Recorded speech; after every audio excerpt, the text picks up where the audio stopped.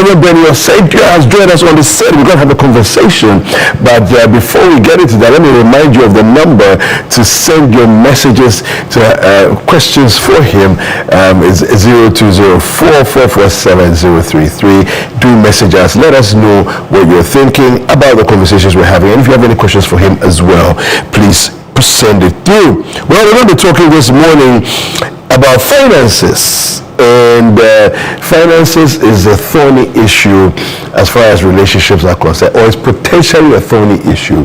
They say two things that can potentially, the top two that can potentially ruin a relationship or a marriage: sex and money. Yeah, today we're talking the money part. We'll do the other part later, another day. Today we're talking the money part. Finances. Should spouses know how much each other is earning? That's the $1 million question. And the one with the answers is right here. Reverend Benny Oseidia. Hello. Reverend Benny, you're welcome. Thank you, David. Good to see you. It's been a while. It's been a while. Yeah. Hi, Reverend. How are you doing? I do well, thank you. Good. My first question is, what does the Bible say about transparency in finances when it comes to, being in a marriage or in a relationship? Okay. Well, thank you for having me, and a great good morning to your cherished viewers. I think the concept of God about marriage is oneness. Just as God is with the Father, Son, and the Holy Spirit, the Trinity, as one. When you look at the institution of marriage and how it was initiated, you will find God coming to the point of letting man understand that the two has now become one. So it's not even a conversation of mathematics, because then it doesn't make sense. But then it is a mystery that God unveiled unto humanity. So everything about how God constituted it would not make any mathematical sense. So when you look at it, it's a one shall chase 1,000. Ideally, two should be doing 2,000. Yeah. But he said two would be doing 10,000. Yeah. Because the multiplication effect of oneness cannot be stopped.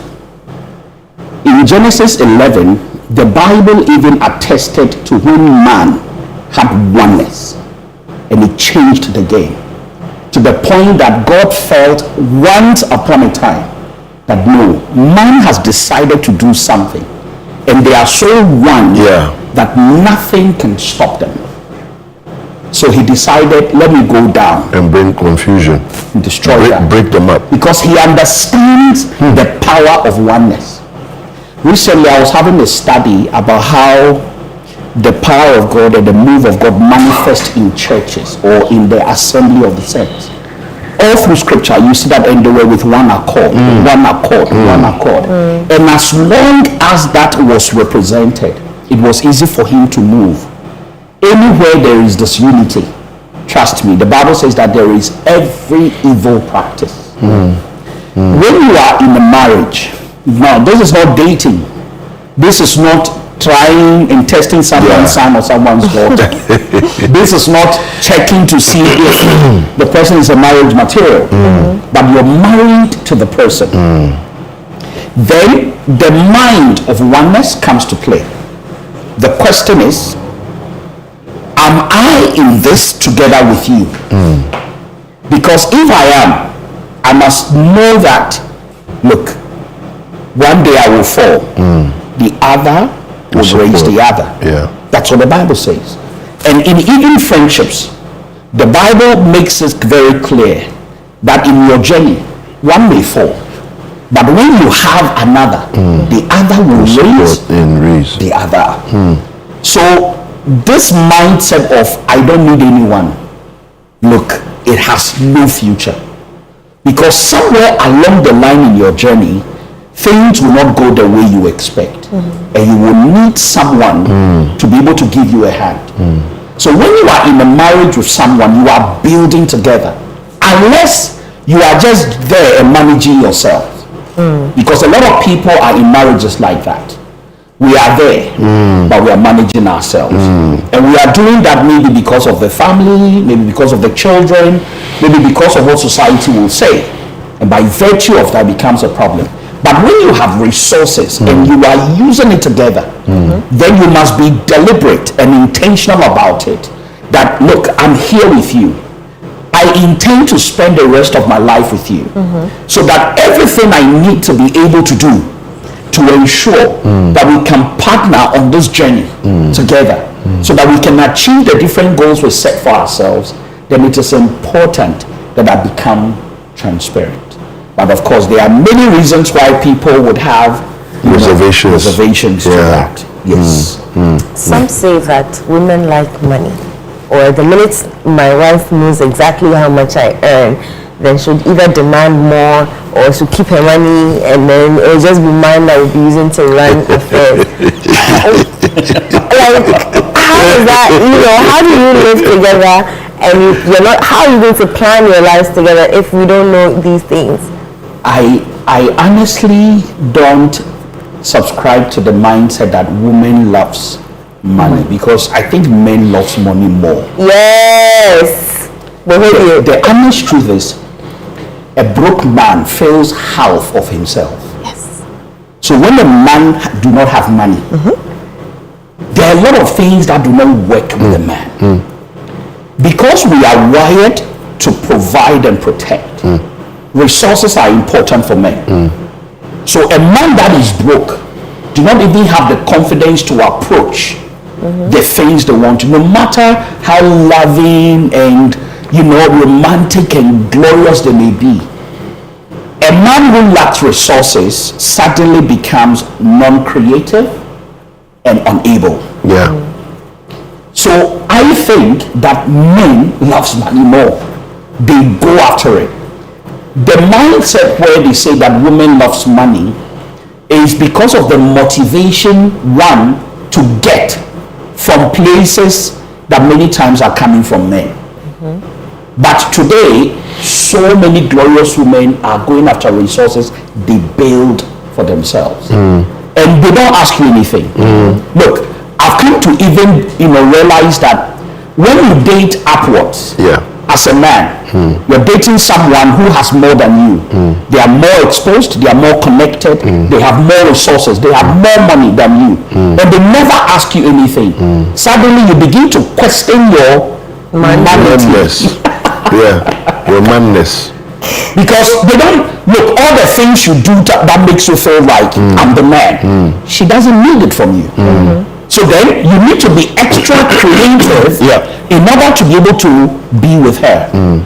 Because the things that the other girls who are beneath would want from you, and shawarma and Fried rice. she doesn't need it. She's buying a plate of salad for almost 600 Ghana cedis. Easy. A plate of salad, a glass of wine for like another 400. So in just a salad and a wine glass, Brunch. she spent $1,000. That is you struggling to sort that out in, like, you know what I mean?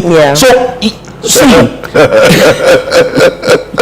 I honestly think that when you lack resources, it becomes easier for men, and that's why a lot of men want to date someone they can pick from, because then it makes them feel that they have something to give. But immediately a man is in an environment where they cannot contribute anything valuable, trust me, they feel less of themselves.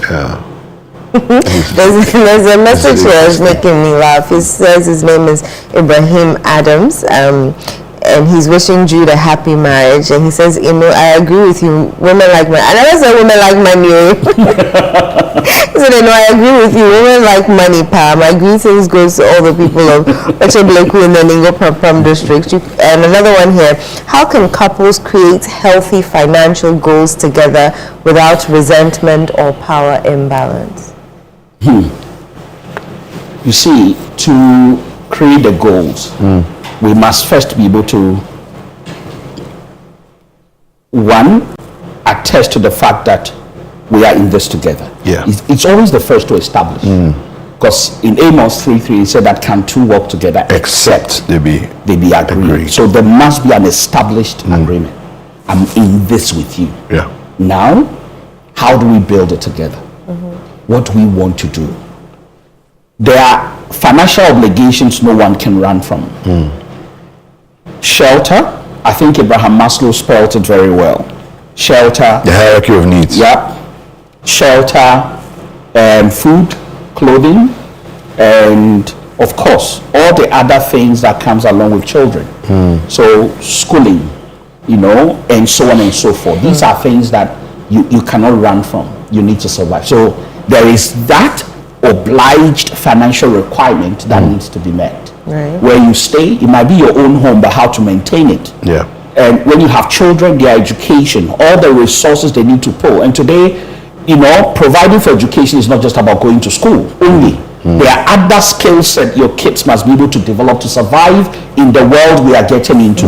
If you're not giving them the chance to learn compete, those things, yeah. and all they have is the school they went to, trust me, you have denied them about 70% of the competition. They cannot be in the game, all right? So these obligations are there, and when you can be able to sit and have discussions about this, it becomes now very important that let's set goals that can help us to get there together. If you are not going to buy a land, you are not going to build, you are thinking of how to take your kids on trip and so on and so forth, and you can sit together, then you can now plan and know that this we can do, this we cannot do.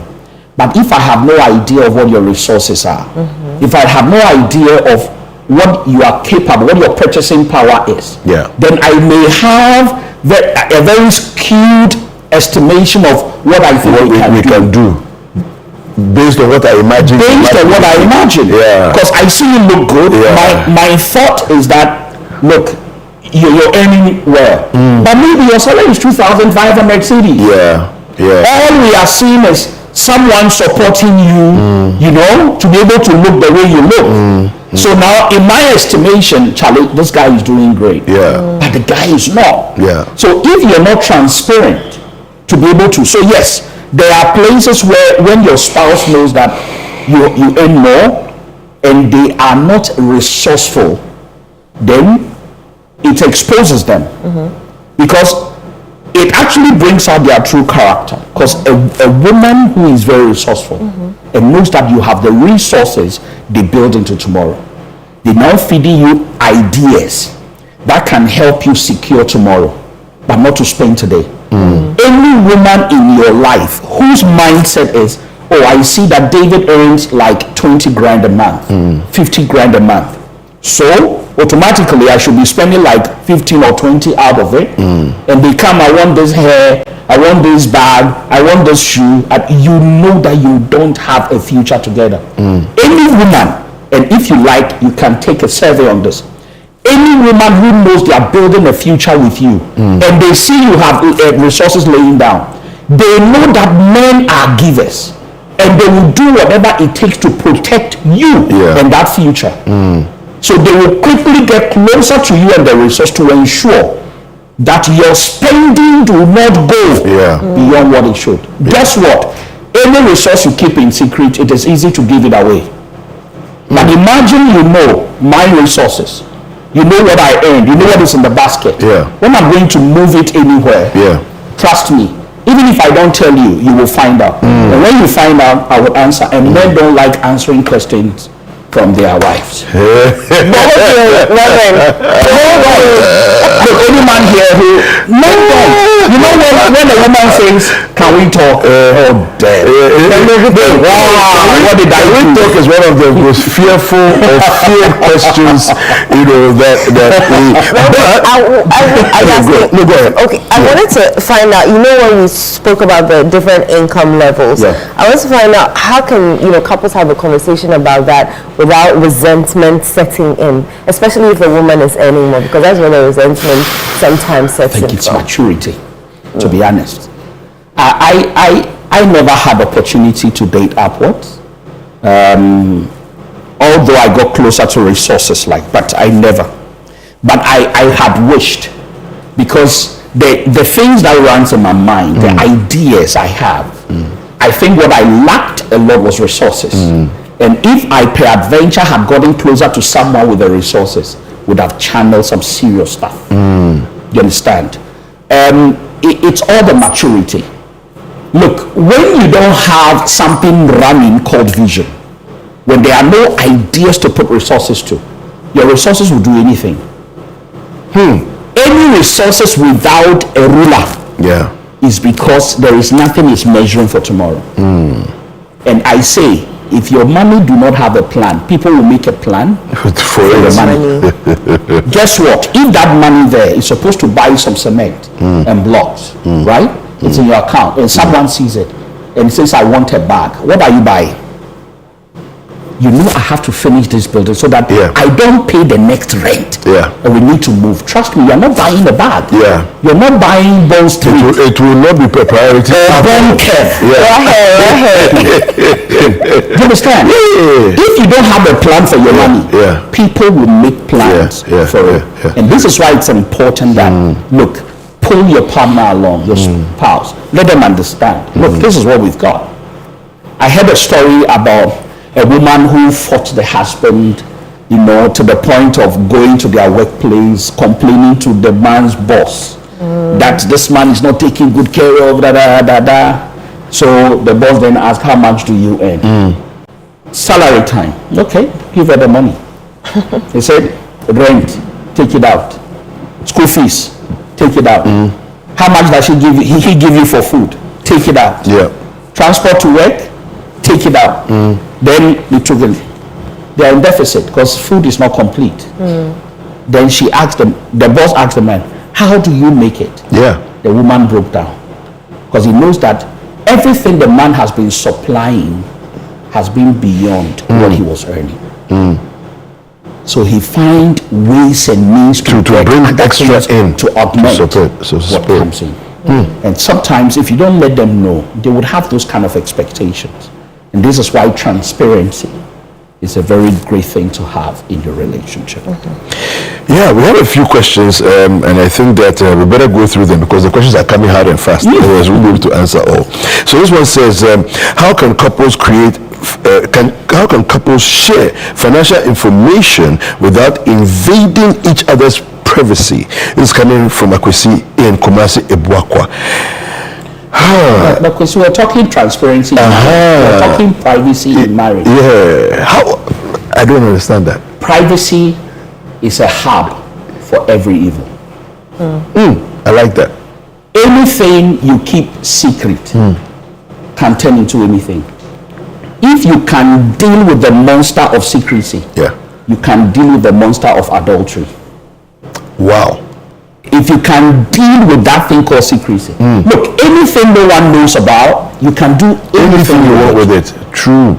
Wow. Anything. Wow. This is why it's important. Akwesi from Kumasi, please. We are talking about transparency, not secrecy.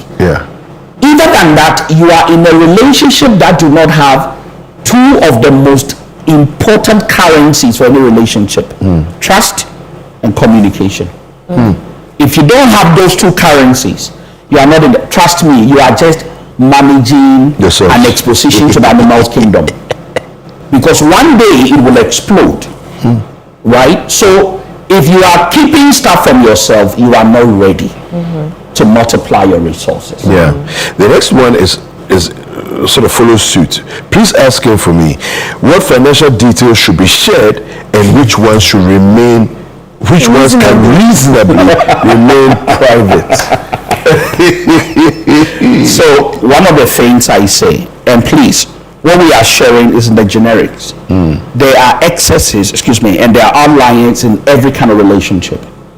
There are people who do not have the wisdom and the discipline in handling money. If you have such a spouse, whether male or female, it's very important to understand that whatever I said earlier on do not apply.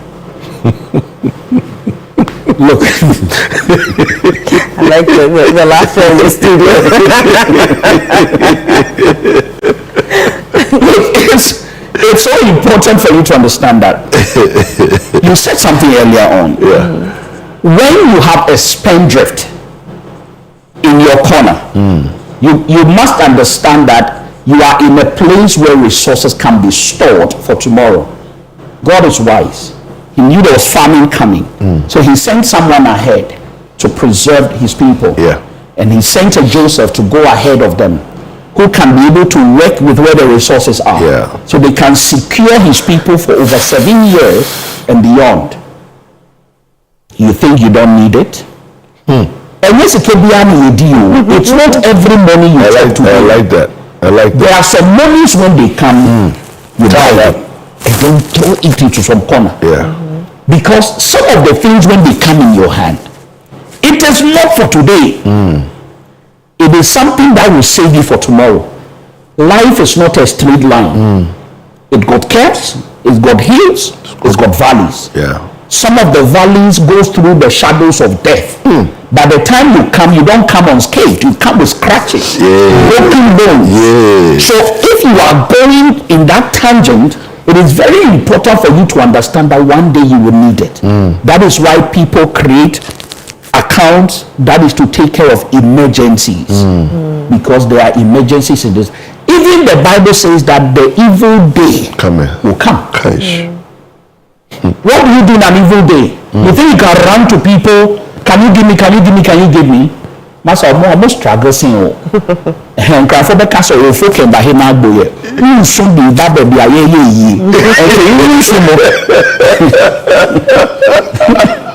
You should not come. That's what's the name, man. There's one here, Reverend. It says, good morning, Reverend. I wish my niece had spoken to you before getting married. Right. They are almost divorced today because of money. And when I said they should put their money together, she said, no. The man takes care of the bills, and that is the Ghanaian culture. And blame Mr. for their separation. See, this Ghanaian culture thing, I want to have a dictionary or a book, a textbook on this culture thing. Who made it the Ghanaian culture? Yeah. It's a very interesting. Who said the man's money does everything and the woman's money is to take care of? On this negative program in our edition, we put this programming in the minds of people and they enter relationships. And a lot of women, forgive me, my mothers, a lot of women have that mindset until it's their son who is at the receiving end that they begin to fight. Lots of women, they will say all that. When it's now their son, that someone's daughter is doing it too, then they step in front of the battle to fight. No. Wow. That is selfishness. Look, men needs help too. Men also want to be taken care of. How many times have I said it here? Men also want someone to think about them, to think about their birthday. Don't take money from a man to go and say, I'm celebrating your birthday.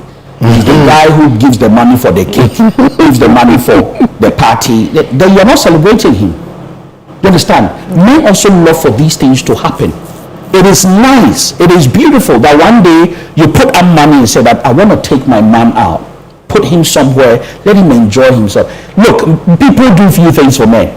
So anyone who has the ability to do some of those little things, you sweep him off his feet. You understand? When you have the mindset that my money don't do anything, you are not there to help them. Because the essence of you being a help suitable for the man is that whatever help he needs, you are that help. And there are only two people those references were given to in the Bible. It's God himself and woman. That he is a help that is suitable for the man. So how can I be a suitable help? What help does the man need that I can be for him? So if I have more and the guy needs it, why not? Look, I know a woman whose husband didn't have, but he knows that this is the man I want to be with. Right. She tried whatever, helped them, they got married, and resources was available. The guy had this, but they didn't have the. She made it possible. Today, they are enjoying like no man's business. That's right. You understand? Yeah. And I think that this thing that you have said is very understated, because there are situations like that where the man has all of this and very little of this, right? And the woman may have, but in our cultural setting, it is looked down upon and frowned on. That's correct. You know, and it's almost like that guy is some useless guy, you know, he doesn't have whatever. But I've also heard stories of people in this same situation. The woman felt that, look, we can both have. So if I have now, I want to help you build and become who you can potentially become. That's correct. Right? So then in 10, 15 years time, now come and see the guy balling, his business is booming, and they're enjoying life together. Exactly. You know, because she gave him a leg up. Yep. You know, so Maybe let me add a caveat there. I think, to be fair, sometimes some of these men that are helped end up along the line being disloyal to this woman that helped. that's a big problem. And this has been the problem why a lot of people with the resources don't want to do it. Because someone said that men go for women at their level. So when their levels change, suddenly They want the woman they met there is not at their level. Then they want to change. Why won't you need to bring that woman along. Yeah. And that is the challenge. They feel that now I've gotten it, I've gotten there, you're too low for me, I don't need you, and they want to walk away. Yeah. So it's because of this unfaithfulness for which many people feel like, if I give you more and you become, you will leave me. And because of that, let me leave you to wallow in the wilderness and go after antelopes. Maybe after a while. All right, Reverend. This one says, good morning. Wonderful show. Reverend, from your professional experiences, do marriages with full income transparency actually fare better long term than those with partial disclosure? The question again, from your professional experience, do marriages with full income transparency actually fare better long term than those with partial disclosure? So I haven't come across any study that speaks emphatically to this. Okay. But what I can speak to, off my cuffs is there is something about when I know you're open to me and I'm open to you. It builds some level of bond that keeps us going longer in any kind of relationship, whether it's a business, transactional relationship. When I know that there are no hidden things, and I know, look, whatever we're doing is transparent. You're through and through, and so am I. It brings some connection. Based on that, I can vouch that people who are transparent to each other and they are clean can be able to go further than the other. What I can then say is, I understand that people have different tastes and preferences in certain things. So people manage this thing. Someone have asked me so many times, or people, about joint accounts. There are marriages, and I always recommend that, look, you can have 4 accounts, or 5 even, if you like, as partners. There must be an account that helps to spend your daily, obligations. So I bring whatever percentage we agree on based on your income levels. So the one who has more could bring a certain volume, that person brings up a certain volume. That's where we spend from. So knowing what our obligations are, we bring and it goes there. They have an account also that sorts out the future.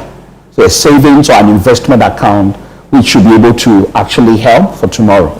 Then an emergency account. That is to be able to sort out anything that is unforeseen on the evil day.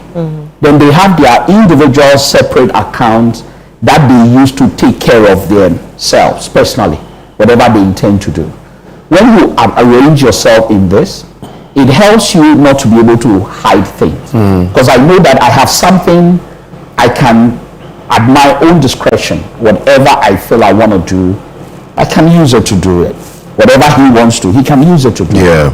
And I think that it makes the tension and the hiding truly something that you can throw away. So then I can then say, I'm bringing this amount to all the things we spend, because maybe I earn more. So I do 80 or 70%, you do 30. Or I do 100% for this, you will do this percentage for that, and then this percentage here. We understand ourselves. So at that point, it doesn't actually help you to be holding things and hiding things away. Because see, this character don't build because you got into marriage. Yeah. There are people, even when they are in school, on campus, in their rooms, because they know that I'm in the room with someone that I cannot see clearly. Even though we share stuff, I had some things. So when I have 3 tins of Napa sardine, I said, no, I have only 2. So I keep something on the side for in case. You understand? Those characters are built over years, and they are now in marriage. It doesn't go away. All right. So when transparency is on the table, I said, listen, we have these obligations. We need to take care of our families. Yeah. All right. So you have an account where we can always reach to, where we have to do something for our families, where we need to do something for your parents, my parents, things like that. If it goes down, we cannot fetch from anywhere. And we understand those principles we build with ourselves. And we have something that we are spending to take care of home, and something that takes care of tomorrow. Whatever is left is at your own prerogative, whatever you want to do. At that point, it makes it easier. But when you now say no, everything comes into, and there are some things you want to be able to do, and you have to explain with 10 reasons and a diagram, then people now begin to, when you say no to me, the first month, second month, by the third month, because I need to, I'm a human being. I need to do it so that I'm also happy. But if it's no, and there are some men or women that are so principled that they don't care, as long as we say this, they're not shifting. They're not shifting. It becomes a challenge. So those are the things that brings those problems. There's another one. Is it good for spouses to share financial responsibilities equally once they are receiving the same salary? Example, both are nurses or teachers of the same rank. This is John from Techiman. Okay. Once again, is understanding. There is no one size fits all formula in anything. Look, my dynamics and situation is different from yours. All right? It's important that we have that understanding. If we make it that we are on the same salary, so everything must be it will change so much. Sit down, have a talk about it. Remember currency 1, communication. And the currency 2, trust. Sit down about it. In as much as we have the same, there are certain obligations on the other side that may weigh higher. So it's important you have discussions about these things. The problem is so many couples are not talking to each other about the most important things in their marriage. They can't even talk about romance or making love together. They only give clues and signs and symbols and palanada. and they are the kitchen and massage giants.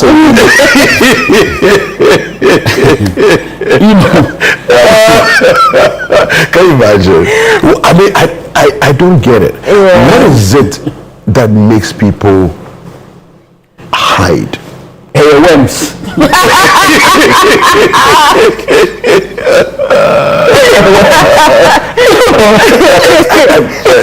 I don't know. This one says, my wife's income is more than mine, in fact 2 times of mine, but still I pay for everything in the house. She uses her money to buy clothes for herself only. What should I do? Gosh. Have you spoken with her? If this troubles you, have you had a sit-down conversation with her? If you've not achieved the communication game, you're going nowhere. Look, no one is coming to help you. You can seek help by getting others involved, but she must be on the game. If she's not ready to talk to anyone, all right? If she's not ready to talk to anyone, then I'm telling you, it's not happening. This is why it's important. Sit down, talk to her about it. It's a challenge you're having. Have the first discussion. If she doesn't budge and you want to bring in a third party, all right, then have that conversation. But until then, because you are a man and you feel obliged, you want to do it. People, look, if off camera, I can say some things that may trigger it to get somewhere, but here I cannot. It's not everything that is, for public consumption. Okay. But beyond then, it becomes important. So I'll be glad to pick a conversation with you offline, and then maybe we can look at how to help you from there. There's so many messages, but let me read this one. Is secrecy about income in marriage a boundary or a breach of trust? Sorry, go again. Is secrecy about income in marriage a boundary or a break of trust? Okay, it can be both, depending on your equation. If it's a boundary, it's because you have realized an anomaly from the other party. So you use that as a boundary. Why? If you go through disclosure, you know their attitude and their appetite will change. So you use it as a way of creating a boundary. So from someone who was earning 3,500, now have a new job, has been promoted, and is earning 35,000. They can't tell you. So they make you know, oh, I got promoted now, earn 7,000. Yeah. What they have done is they have placed a boundary, a limitation on your appetite. So now your appetite will grow only to the allowance of the 7 grand. And what they have done is to secure 28,000 in resource to be creative for the future. Right. Because if they make the mistake Of letting you know. dude, we are going to Dubai. Hey, it's happening. Now the breaking of trust component comes to play when I know, look, it is important that I don't have to be able to keep things away, but I have, based on whatever the situation is. When the person discovers later, then it becomes a problem. Reverend, it's been a pleasure. It's been an eye-opener. I'm sure Jude watched from the house. Sorry, who is Jude? Jude, I'm sitting in for Jude. I was about to ask. But I think you're referring to him. He just got married this weekend. Congratulations. So, And we had this conversation before. He said, no way. Like, why should my wife know what I'm earning? So at least now that he's newly minted into the marriage fraternity, he has learned something. Reverend, thank you so much. Always a pleasure. Always a pleasure. The people are asking you to come back because they need more info on this thing. But yes, if you missed any part of that conversation, go on ChannelOne TV on YouTube and you can rewatch it and learn something from Reverend Bernie. We'll be right back after this. Don't go away.